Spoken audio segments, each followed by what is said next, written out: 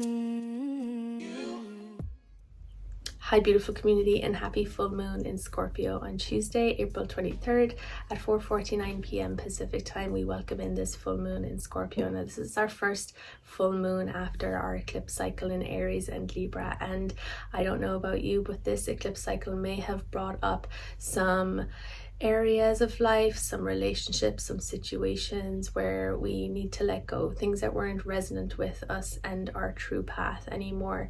And that might have been difficult to deal with over the past few months. So I see you and I hear you in that. If that was your situation, I know that it was for me. The paradox of astrology, and particularly full moons, is that there's an opposition, right? There's the full moon in Scorpio and there's the sun in Taurus highlighting it, right? They're sitting opposite each other and it's shining a light onto that Scorpio moon. And so where Taurus is, you know, stability and security and material, and maybe in its shadow is inertia, in Scorpio, we have this opportunity to embrace change and to let go and to really move forward in a way that is most aligned with us. And Scorpio is not afraid of the death and rebirth cycle. And I like to say that Scorpio also doesn't suffer inauthenticity gladly. If there is something that is not resonant, it's not authentic to you or someone in your life or a situation, then this moon is really highlighting that and maybe bringing up that in earnest. And it could be painful because sometimes we don't want to let go of things, particularly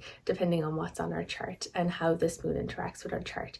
So I say all that to invite you into comfort with change and comfort with letting go, and whatever you can do over these couple of days around this full moon to release the attachment to what you're holding on to. This is a really good time to do that. Not only is it a full moon where we're in a release and culmination mode, but Scorpio really wants you to move forward in a way that is most resonant with your truth and your authenticity. The thing with this full moon also is that we have it square Pluto in Aquarius, and Pluto is Scorpio's ruler. So, and it is this intensity, right? And they're squaring off, they're having a 90-degree angle, and it's kind of bringing in a power struggle. So just know that there may be some of that struggle, maybe within yourself or with someone else in your life, as you make these changes, as you make this realization that you want to move forward in a different way. So just know that that's there, and that'll also pass.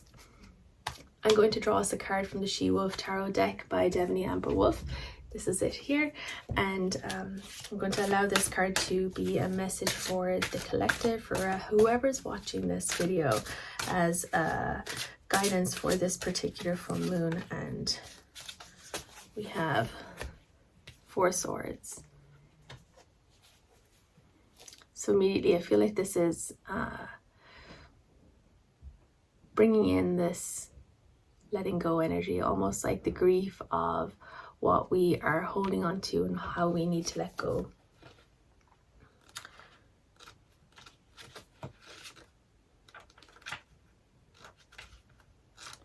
Four of Swords. A woman sits atop a desert rock formation with her head in her hands. Behind her, a crescent Jupiter almost houses her, giving her a ceiling for her thoughts. She has been on a journey and is facing up to her own weariness. We cannot expect ourselves to be processing machines. Life never stops, it's true, but that doesn't mean we don't have to. Sleep is one way, but active rest and self-care are necessary too. If we don't engage in this, our minds, the air element, can become scattered and anxious. When we receive this card, we are being asked to reflect upon the last little while and gain some perspective. Journaling, therapy, art, there are tons of ways to productively channel and pack up our experiences into arrangements that make sense for us. So that really feels like we're kind of taking stock of what has come up for us over the past month, over the eclipse cycle, and really noticing what we, again, need to let go of, feeling into, coming into the feelings and not so much the mind of like, okay, this is time to let go of this is time to move forward in a different way.